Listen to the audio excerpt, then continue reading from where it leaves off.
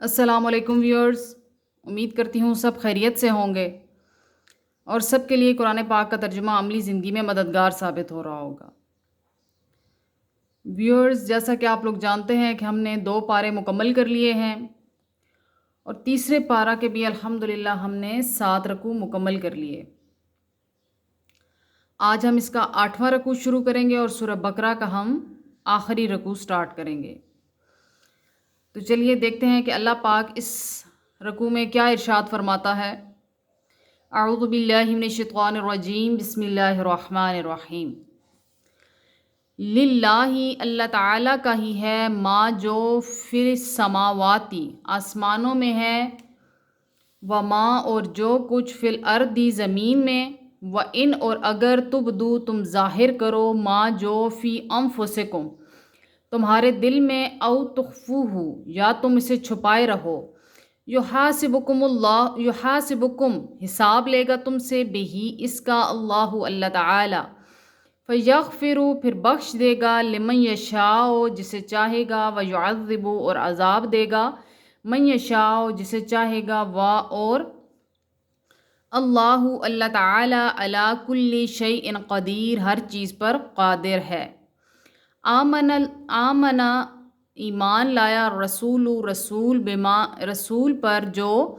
بما ساتھ اس کے، انزلا اتاری گئی، الیہ اس کی طرف، من ربہ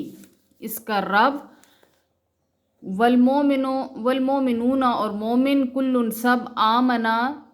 دل سے مانتے ہیں، باللہ اللہ تعالیٰ کو، و ملائکتہ اور فرشتوں کو، و کتبہ اور کتابوں کو، و رسولہ اور رسولوں کو، لا نفرق ہم فرق نہیں کرتے، بینہ کسی میں بھی، احدن کسی ایک میں بھی، من رسلہ اس کے رسولوں سے، وقالو اور انہوں نے کہا، سمعنا ہم نے سنا، واطعنا اور ہم نے اطاعت کی،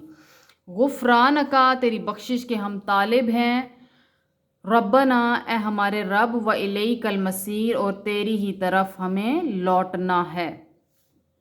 اب پہلی آیت میں اللہ پاک نے کیا ارشاد فرمایا ہے کہ جو کچھ بھی زمین اور آسمان میں ہے وہ سب اللہ تعالیٰ کا ہے،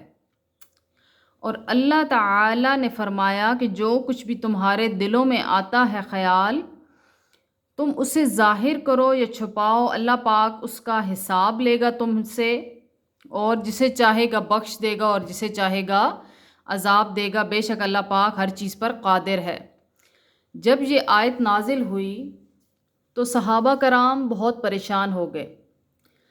وہ حضور صلی اللہ علیہ وسلم کی بارگاہ میں حاضر ہوئے اور عرض گزار ہوئے کہ یا رسول اللہ صلی اللہ علیہ وسلم، آج تک بھی جتنے حکم آئے ہیں، نماز کا، روزے کا، حج کا، زکوٰۃ کا، جو بھی احکامات نازل ہوئے ہیں، ہم سر تسلیم خم کرتے ہیں اس پر، لیکن اس پر ہم کس طرح سے عمل کریں گے؟ تو حضور صلی اللہ علیہ وسلم پر قربان جائیں کہ آپ نے اپنے صحابہ کے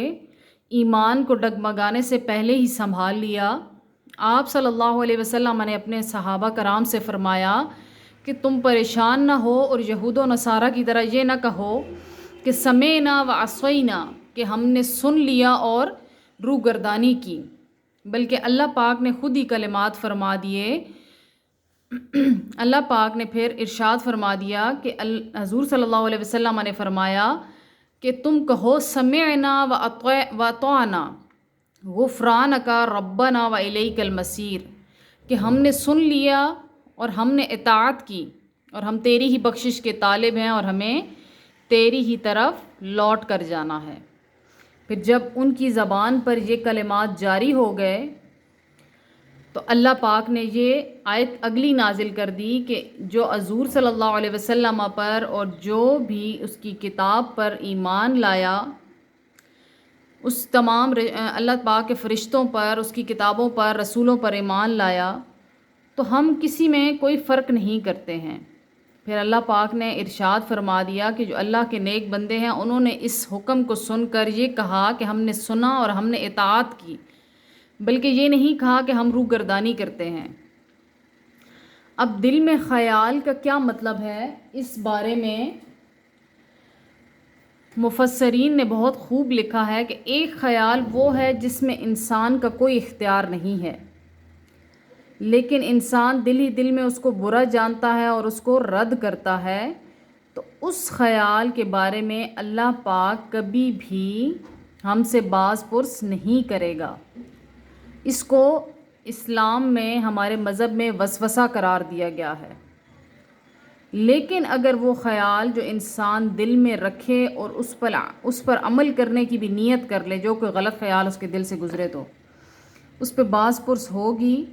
جب وہ اس پر عمل کرے گا۔ حضور صلی اللہ علیہ وسلم نے فرمایا ہے کہ جس کا مفہوم کچھ یوں ہے کہ اللہ پاک نے میری امت کے وسوسوں کو معاف قرار دیا ہے، یعنی وسوسے پہ انسان کا کوئی اختیار نہیں ہے۔ اگر کوئی برا وسوسہ آ بھی جائے تو اس کو معاف کیا ہے اللہ پاک نے،